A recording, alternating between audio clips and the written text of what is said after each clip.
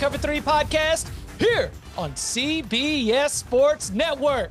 Very happy to be with you here today. We are live on YouTube Monday, Wednesday, Thursday, 11 a.m. You can download the podcast wherever you get them on demand. And now let's meet the gang, because I have with me Bud Elliott, I have with me Tom Fornelli, and I have with me Ben Middlebrooks, Uncle. Yeah, there he is, Danny Cannell, CBS Sports HQ analyst, as you got flagged right there in association. So, hey, Danny, before we get in, you brought the good luck to the pack. Tell me what it was like rooting on Ben in Pittsburgh. It was awesome. It was interesting because you said brought the good luck. I was just panicked that I was going to be the jinx, because that was really my first game that I got to watch Ben play and rooting him on. You don't want to be that guy. And I had a bunch of Pack fans, as happy as they were that I picked them to win the national championship. In my comment section, they were all filling me up with, they better not lose because you're there. So we dodged that on to Dallas, where they face Marquette. So it should be a ton of fun. My daughters, they are absolutely just embarrassed because my one daughter's eating popcorn. The other one's got her fingers all up in her face. I told them, I'm like, you guys got to be TV ready at any time. So they learned that lesson from a young age. They're ready to go. Oh, man. Awesome stuff. Great to see y'all. Glad you got to enjoy it. We are so happy to be with you today. We're going to give you just a little glimpse into our world, some of the discussions that we have on the Cover 3 podcast. And so today we are going to get into one of the biggest quarterback battles that we're keeping an eye on. Also looking at who's going to be the next man up for some NFL draft picks that we are expecting. And, of course, transfer portal talk. But we begin with the college football playoff. So here's what we know.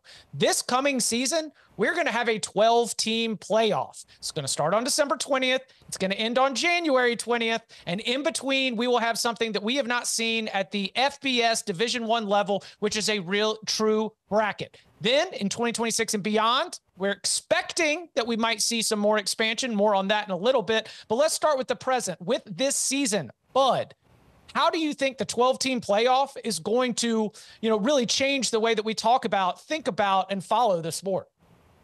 Well, Chip, I think the main thing here is that if you root for sort of like an upper tier team, an Ohio State or a Georgia or like an LSU or whomever, you're going to think about your team a little bit differently if they do lose a game. You're still going to be pissed off, but you're not going to be like doom and gloom, all hope is lost. And for so many teams under the 4-team playoff format that we used to have, a lot of times, like your biggest goal, your national title goal, that was dashed by Halloween. And now, like, you still have that hope alive. Hey, as a 1-loss team, maybe in certain circumstance, as a 2-loss team, I can still make the playoff. And your mind's going to go to, all right, we got to win our game. We got to beat our rival. Like, could we, at our ceiling, be good enough to still get right come tournament time, much like we see in a lot of other sports, and take home the natty?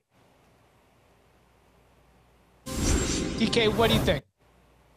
I love it. I thought from the BCS, I thought 2, I didn't like that system. I thought 4 was better than 2. I think 12 is better than 4. And I think the most exciting thing for me is going to be the month of November, when some of these races, these conference races, come into play. Teams that are typically maybe on the outside and they feel like they have no chance, as Bud was talking about, will feel like all of a sudden they do. So they'll be more involved, more emotionally attached on the back end of the season. And we're going to have even more debate than we have before about those 7 AQs. We saw the automatic qualifier become such a big story in the NCAA tournament this packed with the bid stealers. I think it adds some juice to the conference championships, with some of those teams potentially winning their way in. And I don't think the debate is going to end anytime soon for those remaining 7 spots. So I think it's awesome, and I think it's great for the sport, even though I know old man Tom over there disagrees and wants to go back to playing 2 teams.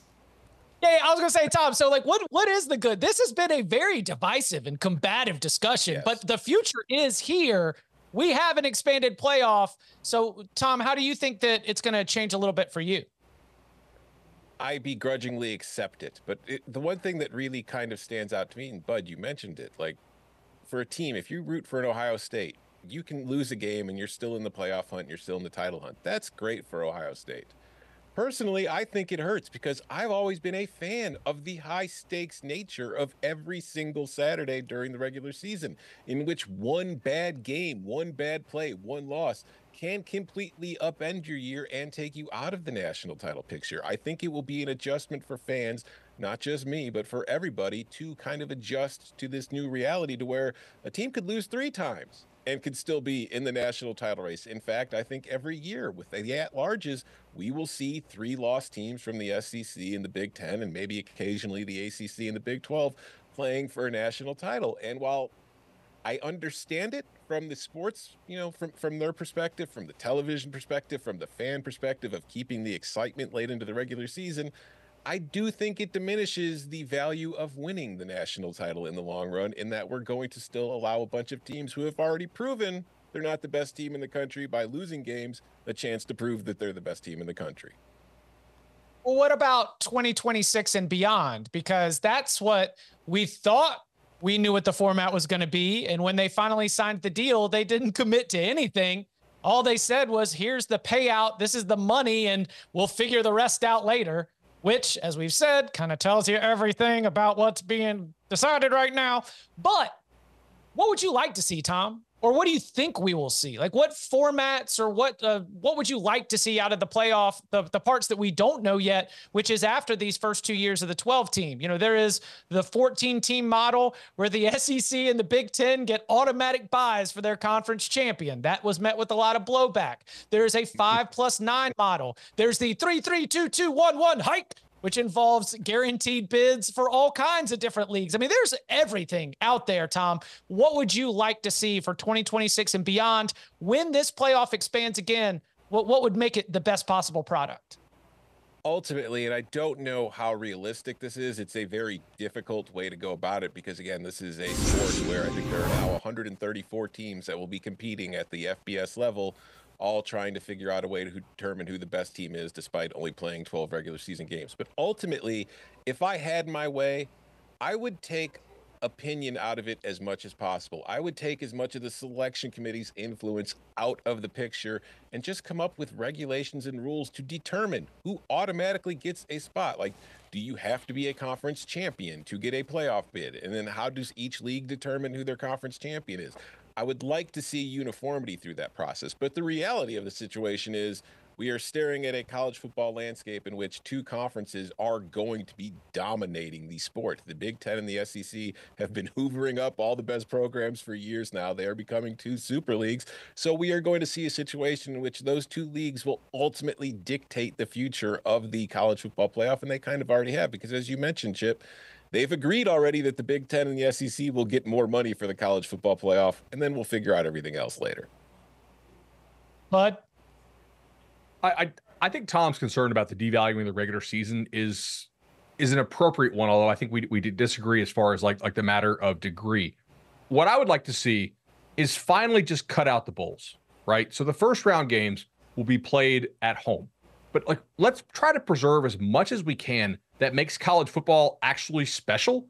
And one thing to me is the college environment is just so much better than almost all of your NFL environments. Like, the NFL would never farm out its playoff games, other than the Super Bowl for obvious reasons, to neutral site, like sterile stadiums. Like, why would we not play these games at home throughout the playoff until you get to the national title game? I think that really helps to preserve incentives for winning in the regular season. Like, if you can get home field advantage throughout the college ball playoff, that's like a 10 or 12% increase in your probability of winning the whole damn thing, which is a huge deal. Like, teams are not going to sit and punt games if we have that. But right now, because all these commissioners get so much payola over the course of history, not saying right now, of course, for legal reasons, but because they have such a storied tradition and history with these bowl games, we give away some of our most valuable product in the sport to these bowls.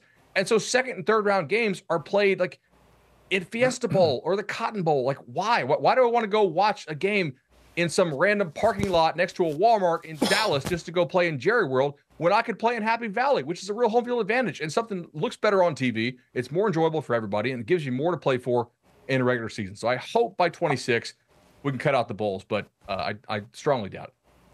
I'll piggyback on Danny? that, Bud, because it was something that I noticed when I was at a neutral site watching my nephew Ben. We started the show on the basketball stage.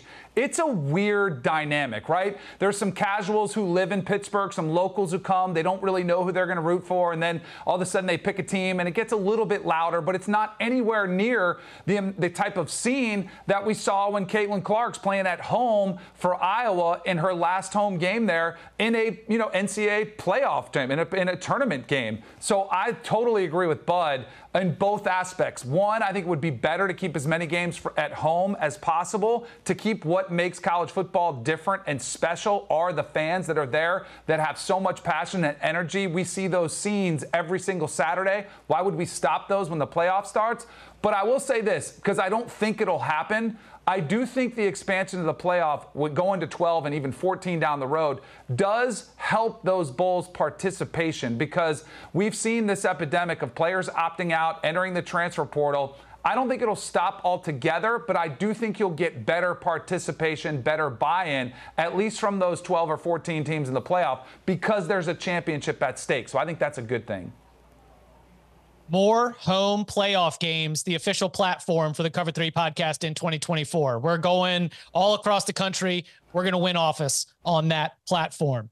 Coming up on the other side, the Michigan Wolverines are the reigning champs. The Ohio State Buckeyes want to snap that streak, and they both have very interesting quarterback battles going on in spring practice. We'll get into that and more next.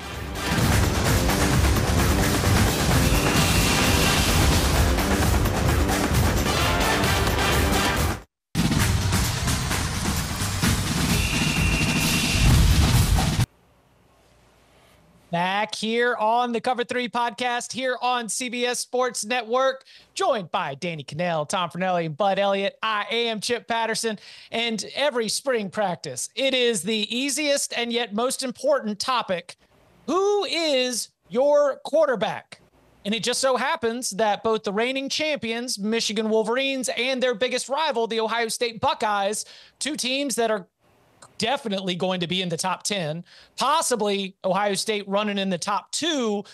We don't know. We have unanswered questions about the quarterback position. So let's start with the Michigan Wolverines. Tom, we have several options for new head coach Sharon Moore and new offensive coordinator Kirk Campbell to be able to go through. You've got Jack Tuttle, who was at Indiana and is an experienced vet. You've got Alex Orji, who we saw, in a limited capacity, more specialized in the Wolverines offense last year as a running threat, Wildcat-ish, I guess you could say. Jaden Denegal, more of a pro-style, big-body passer. And then Jaden Davis, the true freshman with a high ceiling and high projection, as you can see, based on that top 10 ranking in 24/7 Sports. And Tom, what do you think this goes for Sharon Moore? How do you think it plays out in terms of QB1 in Ann Arbor? I truly have absolutely no idea, because the more I look at this quarterback situation for the Michigan Wolverines, the more questions I come up with. And you look at this team right now, this is already a program overgoing a lot of change in the program. Obviously, Jim Harbaugh left to become the head coach of the Los Angeles Chargers. He took a big chunk of the coaching staff with him. They lose a lot of key players to the NFL. There's a good chance you will see 18 Michigan players taken in the NFL draft next month. So there's tons of change, and the biggest one is obviously going to be at the quarterback spot where you're replacing J.J. McCarthy. And I look at the situation, whereas last year, Alex Orji was the guy that they clearly have some trust in. You saw them going to Orji as a change of pace quarterback during the regular season and in both of the playoff games. The problem is Alex Orji has thrown one pass in his 2 seasons with the Michigan Wolverines, despite all the snaps he's seen on the field. So when I compare that situation to what we saw a few years ago when it was Cade McNamara with J.J. McCarthy coming in as a freshman to get some snaps during games, I was much higher. I watched J.J. McCarthy do that, and I was like, hey, this kid's got something. I see Alex Orji do it, and I'm not nearly as convinced that we've got something here. So you look at the rest of this quarterback battle, Jack Tuttle. It'll be his 6th season in college football. He has not played a lot. He has been primarily a career backup. There's got to be a reason for that. Jaden Denegal, very little experience. He's a big body type who gets compared to like a Ben Roethlisberger in that he's huge, but he doesn't have a whole lot of mobility. And then you have Jaden Davis, the true freshman who's coming in, who probably needs a lot of development before you can really trust him to be the starting quarterback for a team the caliber of Michigan playing in the Big Ten. So I look at this situation and I think we're going to see a lot this spring, and the competition is wide open. But I'm also open to the idea that the starting quarterback for the Michigan Wolverines in 2024 isn't on the roster yet. It might not be determined until after spring practice when the transfer portal opens back up.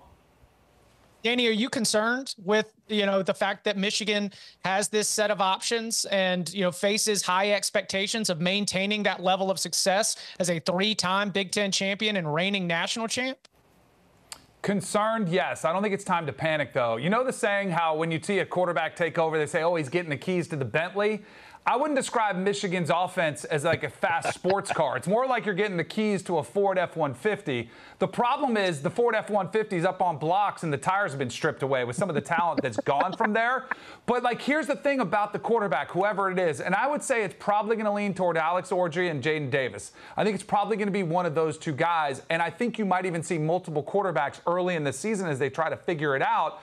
You're not going to see them exposed a lot in the pass game because even J.J. McCarthy, who was phenomenal, and Jim Harbaugh called him the best quarterback Michigan's ever seen, never threw it 30 or 40 times a game. So you're going to see somebody come in there throwing it probably 18 to 22 times a game, and you're going to see a healthy dose of Donovan Edwards, especially with Sharon Moore early in his tenure as the head coach. They're not going to deviate from what they've been. They are a physical, run-based offense. So I'm not as concerned as others. The thing that does concern me, though, is remember the competition that played out with Cade McNamara and J.J. McCarthy. They had such a cakewalk schedule that they were allowed to let it play out 3 or 4 games. They got Texas week 2. They need to figure it out sooner rather than later, although I don't think they do. I think they'll play multiple quarterbacks for the first quarter to half of this season, but I still think they can win because of the style of offense they run. Bud, let me let you play odds maker here. You know a lot of these players from covering them in recruiting. You understand, especially for all the lack of on-field experience, what the expectation is of what they could be. So how would you handicap this race? I think you really got to first determine what does Michigan want to be in terms of how do they fit their quarterback situation to their personnel. They're having almost a complete turnover with the offensive line. You're going to have 2 receivers gone who I think are both likely to be drafted. You're losing Blake Corum. If you go with Alex Orji, it is probably a really run-heavy approach. Let's remember, his biggest contribution to Michigan so far is probably that he was the scout team quarterback for the Rose Bowl game, simulating Alabama's Jalen Milroe, who's an absolute freak show of an athlete. And that is kind of what Orji is, really big guy, really athletic. The passing, it's hard to judge. Out of high school, pretty raw. We'll see what he is if he ends up winning the starting job for Michigan. And also, what are the expectations of Michigan? I still think Michigan will have an elite level defense. If you just go low turnover, physical run game, assuming they can kind of flip the offensive line, which Michigan still has a bite at the apple, that is the spring transfer portal, as Tom mentioned, you could probably still find a way to go 8-4, 9-3, maybe if you get the right type of bounces, 10-2. That's probably good enough for new coach Sharon Moore taking over for Jim Harbaugh. I would be surprised if they went Jaden Davis just straight out of high school. He's a guy whose motion did need some reworking. It got a little long, a little funky at times as he progressed throughout his high school career. And they also open up with Fresno State, which is kind of no slouch. So Fresno, then Texas, Arkansas State, and hello USC Trojans. Danny's completely right here. They do not have a little cakewalk to ease into, but do they feel that their weapons outside are good enough to go with a heavy passing approach? If not, I think I'm going to lean Orji or, to Tom's point, a transfer. All right, so let's go from Ann Arbor to Columbus, where 1, 2, 3, 4, 5 blue chip quarterbacks and only one can be the starter. Danny, you have taken part in lots of quarterback battles throughout your career. Take us inside the mindset of one of these guys, and how do you think it might play out as we've got Will Howard, Devin Brown, Lincoln Kienholz, Aaron Nolan, Julian saying, DK, what happens here with this battle? Does anybody want to take bets on how many of these 4 will be there in a year from now? Because I'll put it at like the over 3. and under is 1.5. Yeah, I don't know. Okay. I'd put it at 1.5. I don't. You're going to see some players move on clearly, but it's a good problem to have. And if I was Ryan Day, I would stack them up and throw them all out there and say, go compete. Devin Brown, who was very vocal this spring, who said, hey, I'm not going to shy away. I wasn't going to transfer. I want to compete. He concerns me somewhat because he couldn't beat out Kyle McCord. Like, he had the opportunity to do that as a young quarterback, couldn't unseat him. I think it's Will Howard. I think he's going to be the guy. I think he's an upgrade in Kyle McCord. He's clearly more athletic. He's a big physical quarterback at 6'5", 240 pounds. But he's got to come in there and take over this team, because I do think this offense is like getting the keys to a Bentley. Even without Marvin Harrison Jr., you still got Ibuka, and they've been recruiting that position pretty well. So I do think it'll be Will Howard's team, and he'll pretty much have to fend off the competition, which I think he will. And as the guy that's the favorite to lead it, you just want to make good decisions. You want to showcase your leadership, which is something you've done from your time at Kansas State, and just show that the money was well spent, yes, on the NIL side, but also that you're getting what you thought you were getting in a veteran quarterback who won't make mistakes, who also can do a lot. Of course, remember, Chip Kelly was one of the best additions. I think they're going to utilize Will Howard's legs as well. So I fully expect this, when all the dust settles with all these quarterbacks there, for Will Howard to be the top dog. So, Bud, Nolan and Sayin, both top 10 quarterbacks in this 2024 class. They will both be true freshmen. How do they fit into this? Because Nolan was committed and signed with the Buckeyes. Julian Sayin was committed and signed with Alabama. So he's technically a transfer, even though they're both two freshmen. I know this is confusing, y'all. This is kind of where we're at with college football. But, Bud, how do we look at the youngsters? Because what Danny's saying allows me to imagine that Howard is the present and one of those two guys is the future. They cannot both be the future. How would you navigate this if you were Ryan Day and Chip Kelly? It's honestly a great problem to have for Ryan Day and Chip Kelly, because you get to have two high-level quarterback prospects in camp. You get to work with them hands-on. You get to see how do they react to your coaching. Julian Sayin's a fascinating story. California kid, very accurate, one of the very best quarterbacks in that 2024 cycle. He's committed to Alabama. Bill O'Brien bounces to Ohio State to go be the offensive coordinator. So he's like, I'm going to go transfer to Ohio State. He locks in there. And then O'Brien takes the Boston College head coaching job. So maybe don't follow coaches. Who knows, man? This is such a wild sport that we're in right now. I would give the edge to Sayin over Nolan slightly. But I feel like if you're really, really confident in who's going to win this quarterback room, you got more information than I do. Because I think, regardless, like Danny's right, they're going to run the quarterback a lot more. You don't go get Chip Kelly for his passing concepts. You get it because his run game stuff is that good. I mean, we saw Lincoln Kineholz even in the bowl game because Devin Brown got hurt early on when Ohio State also had some offensive line injuries, and protection was a problem in that game. But would it really shock you if Brown or maybe Kineholz left up and beat out Will Howard? Like, I like Will Howard. I think Will Howard is an upgrade over Kyle McCord. But I don't think he's like a generational, can't miss NFL type prospect. So lacking that at a program at Ohio State that does bring in talent at a pretty good clip, really anybody could win this job other than I don't think the two freshmen.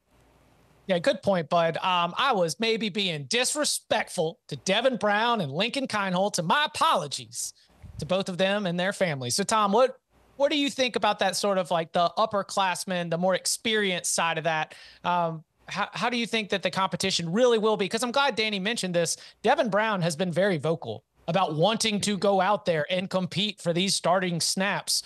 So do you think Devin Brown or Kineholz have a chance to chase Howard down? Do they have a chance? Yes, because there's a long time between now and the first game of the season, and somebody could get hurt. And let's be honest, like, if you look at the situation, whether Kyle McCord left on his own or he was, kind of coerced into leaving to go transfer to Syracuse, he was shown the door like, hey, it's open. If you want to leave, go ahead and go. They brought in Will Howard for a reason. Like, they clearly think that he is an upgrade on Kyle McCord and for what they want to do, because you look at Chip Kelly coming in to run the offense, it is clear that Ryan Day, after losing to Michigan for 3 straight years, is kind of going all in on the upcoming season. Ohio State is sick of not winning the Big Ten. It is sick of not winning national titles. They are going to more of a power rushing attack, and every single move they've made on the offensive side of the ball this offseason kind of, jives with that kind of philosophy. Will Howard, the only real difference between him and Kyle McCord is he's more mobile. You can use him more in the run game, and you saw him do it at Kansas State. Will Howard is not an NFL passing quarterback, but Will Howard in the red zone gives them an element that they just did not have with Kyle McCord last season, in that he can improvise and he can take off when the play isn't there to just kind of push the chains and get into the end zone. And we saw last season, Ohio State really struggled once they got into the red zone, finishing drives and punching it in for a touchdown.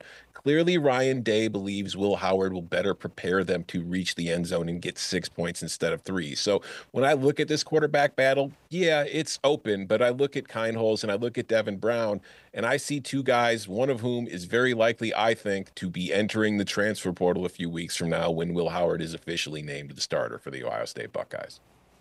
Yeah, we'll be getting more transfer portal talk coming up a little bit later in the show. But coming up on the other side, big names at the quarterback level in the NFL draft, and schools love to boast about their first-round picks. But what about the other side of it? Who is the next man up at USC, UNC, LSU, Washington, and more? Next.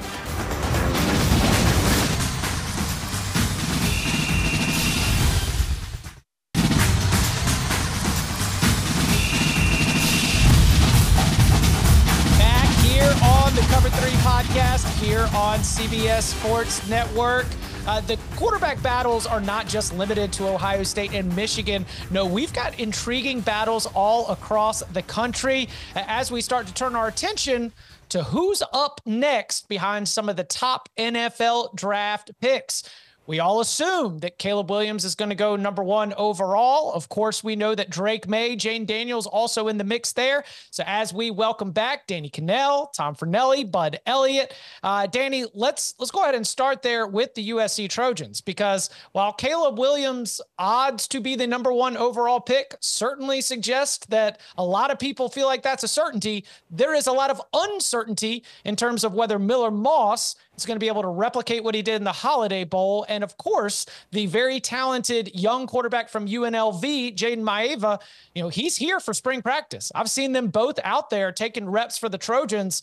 How do you look at Lincoln Riley's quarterback decision that he has to make heading into 2024?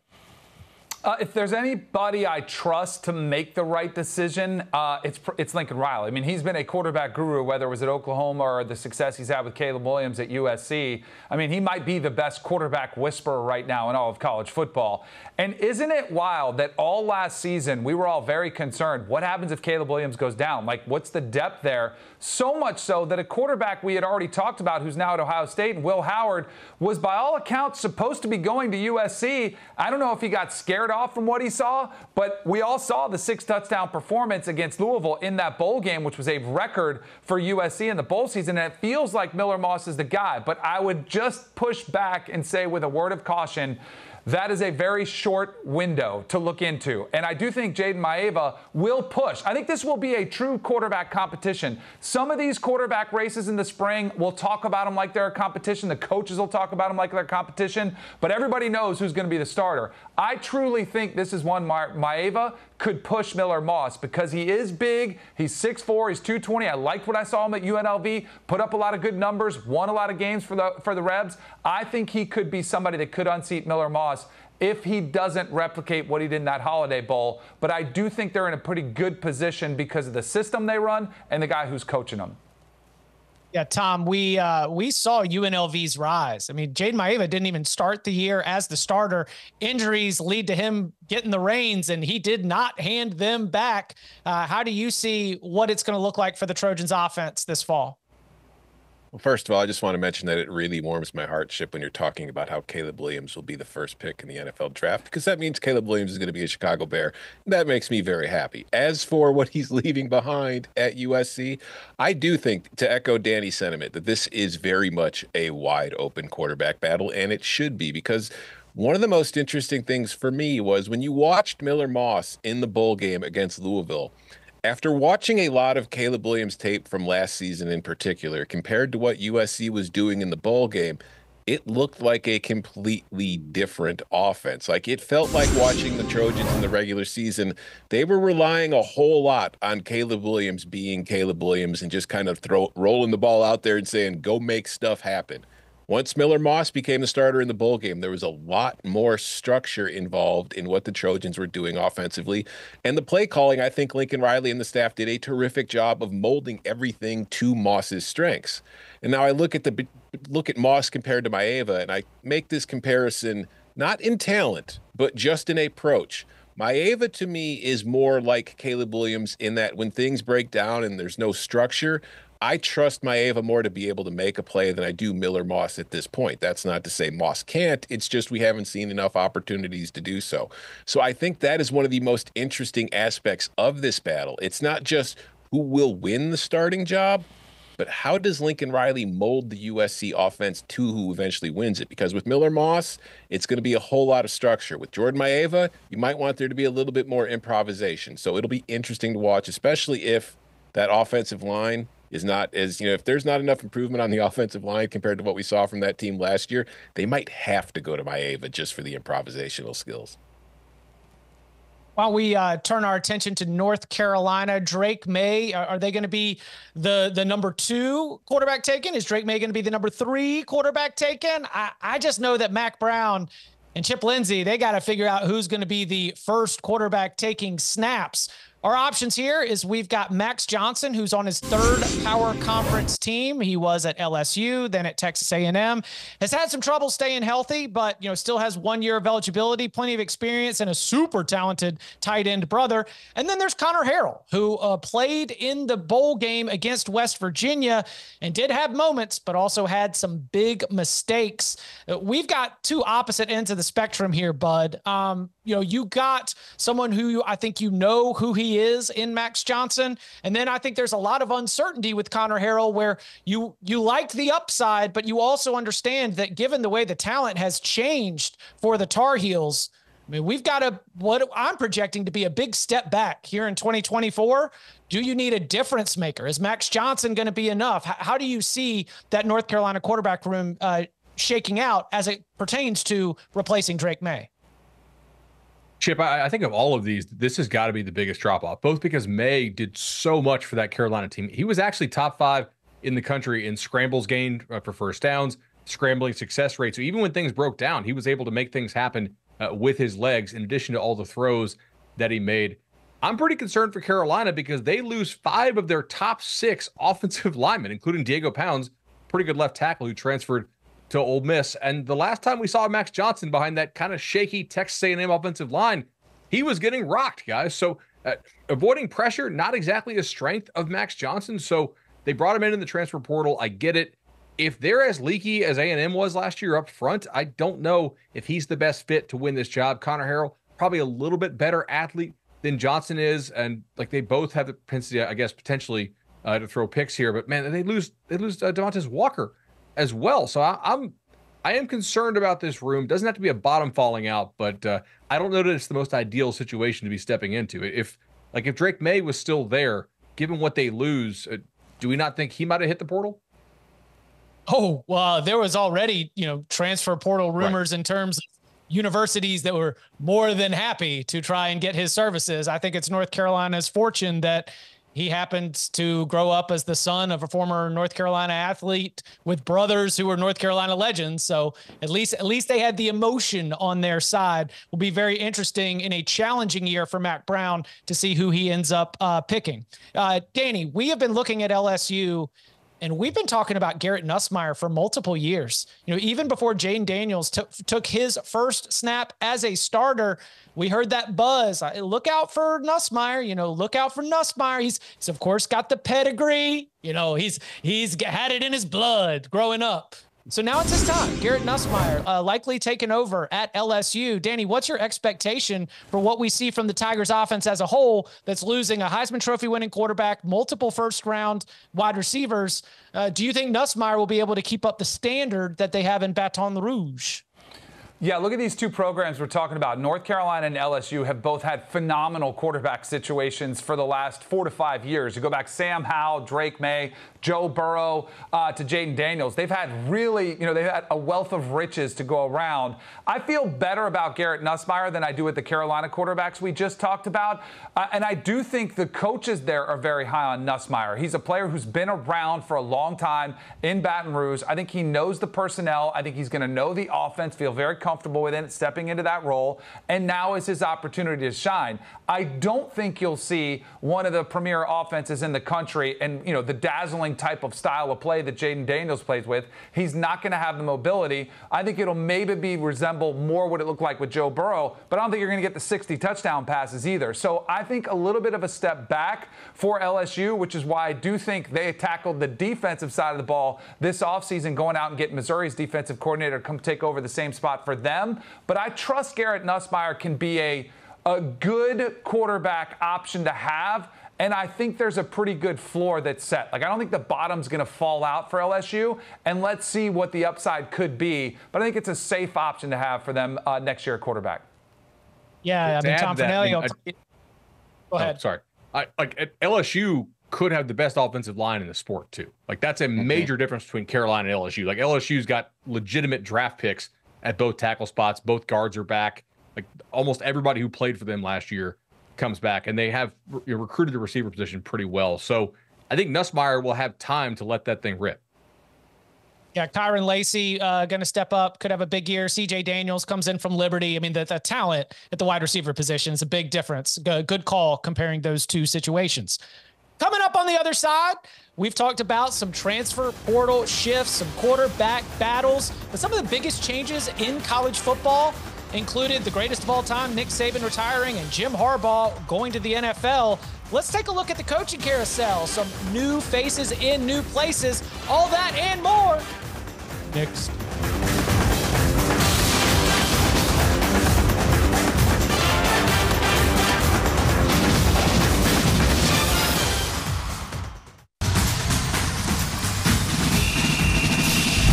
Back here on the Cover 3 podcast, live on CBS Sports Network. We have had a very busy coaching carousel. We saw some of the best coaches in the game decide to either retire or go to the NFL. We've seen some of the big brand name programs decide to make a change as well. And so we've got kind of a total reset right here. You've got Kalen DeBoer taking over at Alabama, Sharon Moore at Michigan, Mike Elko at Texas A&M, Jed Fish steps in for Kalen DeBoer at Washington, Jonathan Smith at Michigan State, and so much more. Tom, of all these notable coaches, which change are you keeping an eye on? The one I think I'm most excited about, obviously there are some bigger moves that were made this offseason, but I think the one that could have the biggest impact quickly is Jonathan Smith going from Oregon State to Michigan State. Because if you look at the success Jonathan Smith was able to have at Oregon State, this is consistently a program that's suddenly winning 9-10 games a year, despite the fact that it had, fewer resources than a lot of its direct competitors in the Pac-12. There's a reason Oregon State was kind of left behind when the Pac-12 was picked apart. So for Jonathan Smith to have that kind of success in Corvallis and now come to Michigan State with the resources that they have being in the Big Ten, his ability to coach, develop quarterbacks, and score points, I think this is a Michigan State team that now is poised to take advantage of those at-large berths in the college football playoff, all because of Jonathan Smith. Bud? I'm going to go Mike Elko for Texas A&M. I was really impressed with what he did for his couple years there at Duke. Even when his quarterback got hurt last year, he still had that team prepared. They were playing hard. They were giving people hell every week. And he already knows the Texas A&M landscape because he was the defensive coordinator a couple years ago there in College Station. So he understands the school. He's all about ball. I think it's a lot less of the distractions and stuff of the Jimbo Fisher era. And I think they actually can hit the ground running and have a really nice season in 2024 because the schedule is, by SEC standards, pretty favorable. All right, Danny, you going to an Alabama, Michigan. What do you think is the biggest coaching carousel adjustment that we've had as we prepare for 2024? I'm not going with any of those coaches. I'm going with the one coach who left his school to go be an offensive coordinator, because we can talk about impacts. I don't think any of the new head coaches are going to win a national championship, but I do think Chip Kelly is very much in that conversation going to Ohio State to be their offensive coordinator. Ohio State, you know what's done wonders for their collective efforts to raise money? Losing 3 times in a row to Michigan and watch them win a national championship, because all of a sudden they've got massive contributions and they're spending it, going out and getting Quinshon Judkins, getting Caleb Downs, getting Will Howard, and now you've got an offensive coordinator to boot that I think is going to work really well with Ryan Day. Chip Kelly going to Ohio State, I think, would be the most impactful of all these coaching moves that we've seen this carousel season. Hey, didn't the email? I'm just going to speculate recklessly on national television or otherwise. Didn't the email go out right after the game? Was it right after the Michigan loss or the Missouri loss? The email to donors went out. Hey, look, that's smart. Y'all know what you're doing right there. Just tap onto those emotions, and you might be able to raise that money. Great job by Ohio State using that in the transfer portal, as Danny mentioned. Speaking of, coming up on the other side, Ohio State, Ole Miss, been some big movers and shakers in the transfer portal. We'll let you know some of the notable teams and players from this portal action next.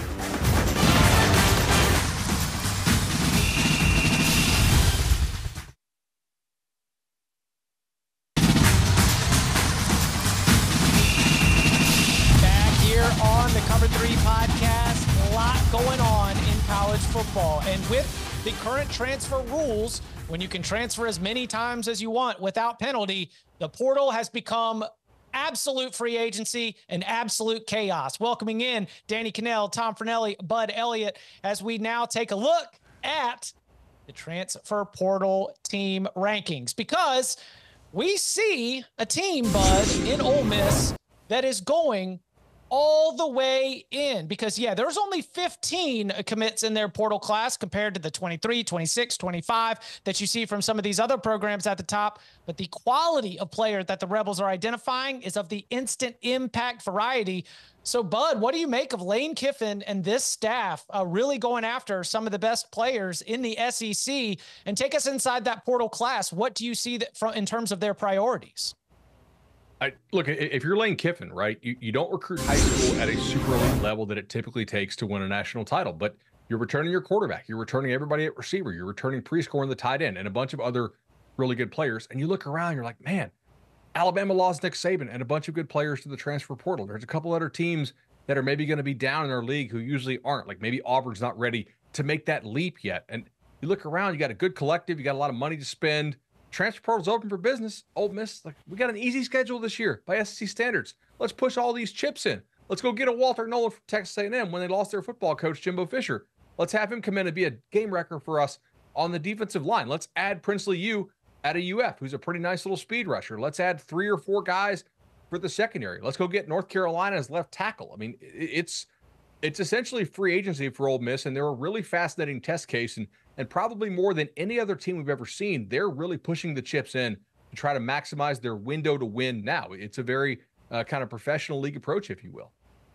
Danny, speaking of test case, we saw just a landscape shifting transfer when Caden Proctor left Alabama to go to Iowa. Then all of a sudden, the day before spring practice, announces he's going back to Alabama. Caden Proctor, one of the top players in the transfer portal. What do you make of that? And do you think we will see more of the top players have these boomerang transfers where they go somewhere else and come back? Oh, I think this was Kalen DeBoer's biggest win of the offseason, because it was a little bit dicey, losing some staffers, losing Caleb Downs. To have him return was huge for him. But I think with this new, NCAA policy where it's really free-for-all, the courts have ruled against them. There's this injunction where players can transfer multiple times without penalty. I just am keeping an eye to see if this is the only one that we see make 2 transfers in the span of 6 months, because I think this could be a trend we could see in another few weeks in the spring transfer portal window opens. Tom, you mentioned it earlier in the show. The spring portal window opens April 15th. One team, one position. Anything come to mind that you're keeping your eye on? I'm just saying, the one thing I'm keeping my eye on is the checkbook, because that is what is going to be coming out all across the country after coaches see their rosters this spring and realize what they need. So it's going to be open season yet again. It's been wild already. It's only going to get crazier. We appreciate all of y'all hanging out with us as the Cover 3 podcast jumps in on CBS Sports Network. If you want more from us, make sure that you join us live on YouTube, 11 a.m. Eastern Time, Monday, Wednesday, Thursday.